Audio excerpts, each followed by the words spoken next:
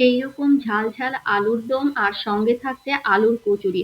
এই আলুর কচুরিগুলো খেতে কিন্তু খুব ভালো হয়, এইরকম ঝাল ঝাল আলুর দমের সঙ্গে খেতে কিন্তু আরো বেশি ভালো লাগে।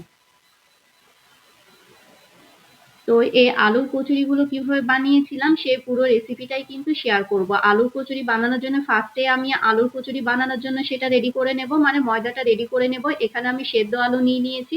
আলুটাকে গ্রেটারের সাহায্যে খুব ভালো মতো গ্রেট করে নিতে হবে। আপনারা চাইলে ম্যাশ করেও নিতে পারেন, তবে ম্যাশ করলে খুব ভালো মতো ম্যাশ করে নিতে হবে। সেই কারণে এরকম করে গ্রেটারের সাহায্যে গ্রেট করে নিলে কিন্তু খুব ভালো মতো হয়ে যায়, মানে দানা দানা ভাবটা থাকে না। আমি সেদ্ধ দুটো আলু নিয়ে নিয়েছি, আলু দুটোকে খুব ভালো মতো ম্যাশ করে নিয়েছি। এবার এটার মধ্যে দিয়ে দেবো আটা।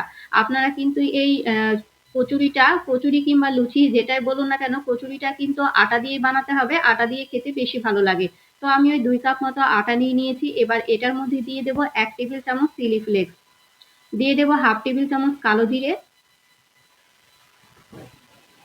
আর দিয়েছিলাম এখানে 1/2 টেবিল চামচ আজওয়ান। আজওয়ানটা দেওয়ার আগে হাত দিয়ে একটু ক্র্যাশ করে নেবেন, তাহলে কিন্তু খুব ভালো হয়। এই তো খুব ভালো মতো করে মিশিয়ে নিয়েছি। এবার এটার মধ্যে দিয়ে দেব টেস্ট অনুযায়ী লবণ, মানে ওই 1/2 টেবিল চামচ লবণ দিলেই হয়ে যাবে। আর দিয়েছিলাম 2 টেবিল চামচ সাদা তেল। এবার শুকনো উপকরণগুলোকে খুব ভালো মতো করে, মানে আটাটাকে আলুর সঙ্গে খুব ভালো মতো করে মিশিয়ে নিতে হবে। ফার্স্টেই কিন্তু আপনারা পানিটা দিয়ে মেশাতে যাবেন না, ফার্স্টে কিন্তু আটা আর আলুটাকে খুব ভালো মতো করে মিশিয়ে নিতে হবে।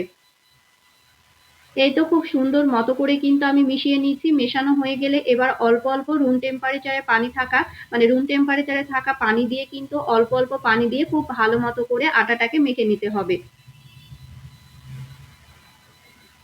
অল্প অল্প পানি দিয়ে খুব সুন্দর মতো করে কিন্তু মেখে নিতে হবে। এটা খুব নরম করতে হবে সেটা না, আবার খুব যেন শক্ত না হয়ে যায় সেই বুঝে কিন্তু আপনারা আটাটাকে মেখে নেবেন।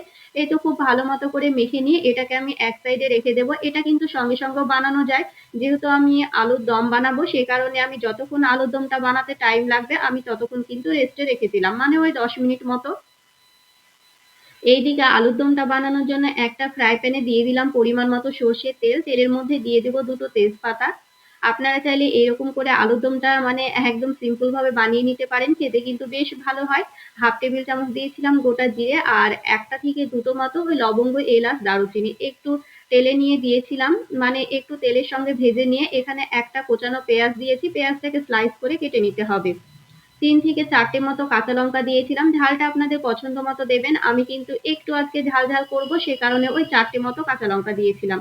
একটু নেড়ে চেড়ে নিয়ে দিয়ে দেবো একটা কোচানো টমেটো। এবার আমি এক এক করে মশলাগুলো দিয়ে দেবো। 1 টেবিল চামচ দিয়েছিলাম আদা রসুন বাটা। আর হ্যাঁ, এটা কিন্তু আপনারা নিরামিষ মতো বানাতে পারেন, তবে আমি আজকে পেঁয়াজ রসুন দিয়েই বানাবো। আর 1/2 টেবিল চামচ দিয়েছিলাম জিরের গুঁড়ো, 1/2 টেবিল চামচ ধনিয়া গুঁড়ো, আর 1/2 টেবিল চামচ এখানে হলুদ গুঁড়ো দিয়েছিলাম। লঙ্কার গুঁড়ো দিয়ে দিয়ে দেবো এই 1/2 টেবিল চামচ, আর কাশ্মীরি লঙ্কার গুঁড়ো দিয়েছিলাম 1 টেবিল চামচ কালারের জন্য।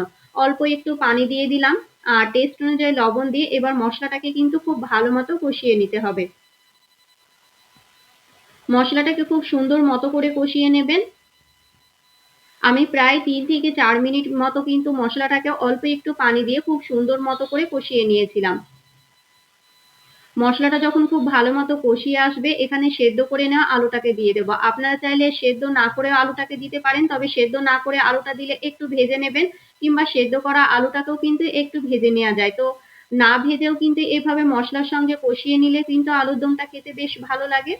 তো আমি কিন্তু আজকে মানে আলুটাকে না ভেজে এরকম করে মশলার সঙ্গে একটু সময় নিয়ে ভেজে নিয়েছিলাম, মানে 3 থেকে 4 মিনিট মতো কিন্তু কষিয়ে নিয়েছিলাম মশলার সঙ্গে। এইরকম করে 3 থেকে 4 মিনিট একটু যদি কষিয়ে নেন সেটাও কিন্তু খেতে বেশ ভালো লাগে। তো খুব ভালো মতো কষিয়ে নেব। খুব ভালো মতো কষানো হয়ে গেলে পরিমাণ মতো দিয়ে দেবো গ্রেভির জন্য পানি।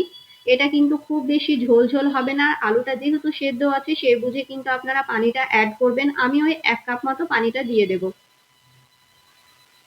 একদম খুব বেশি ঝোল হবে না। আর আপনারা যদি চান ঝোলটাকে একটু ঘন করবেন তাহলে কিন্তু কয়েকটা আলু চটকিয়ে দিতে পারেন।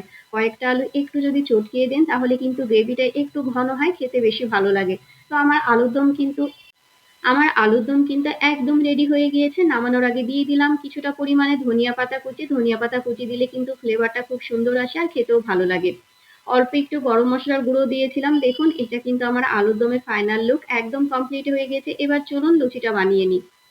আর এইদিকে কিন্তু অনেকটা রেস্টে থাকার জন্য মানে আলুর দমটা রেডি করতে করতে রেস্টে থাকার জন্য ময়দাটা খুব ভালো মতো মানে আটাটাও খুব সুন্দর মতো সেট হয়ে গিয়েছে।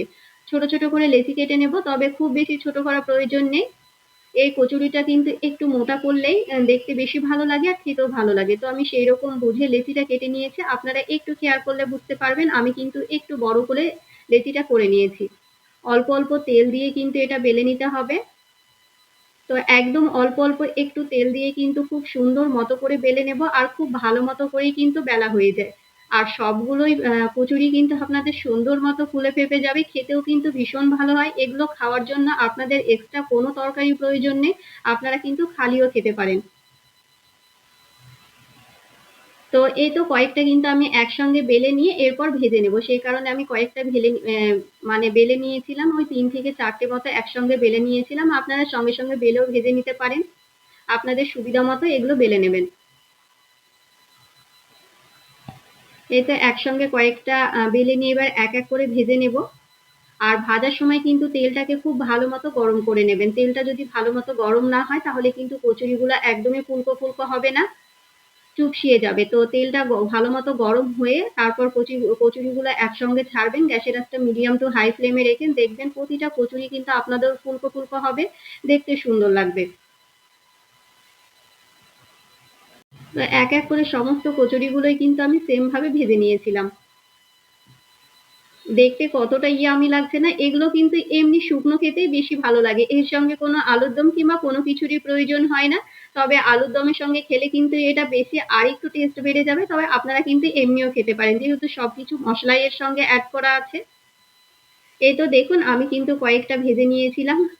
আর এইরকম ডিনার কিংবা ব্রেকফাস্টে কিন্তু আপনারা বানিয়ে নিতে পারবেন। বানানোও কিন্তু তাড়াতাড়ি হয়ে যায়, খেতেও অনেক ভালো হয়। তো রেসিপিটা কেমন লাগলো কমেন্ট করে জানাতে একদমই ভুলবেন না।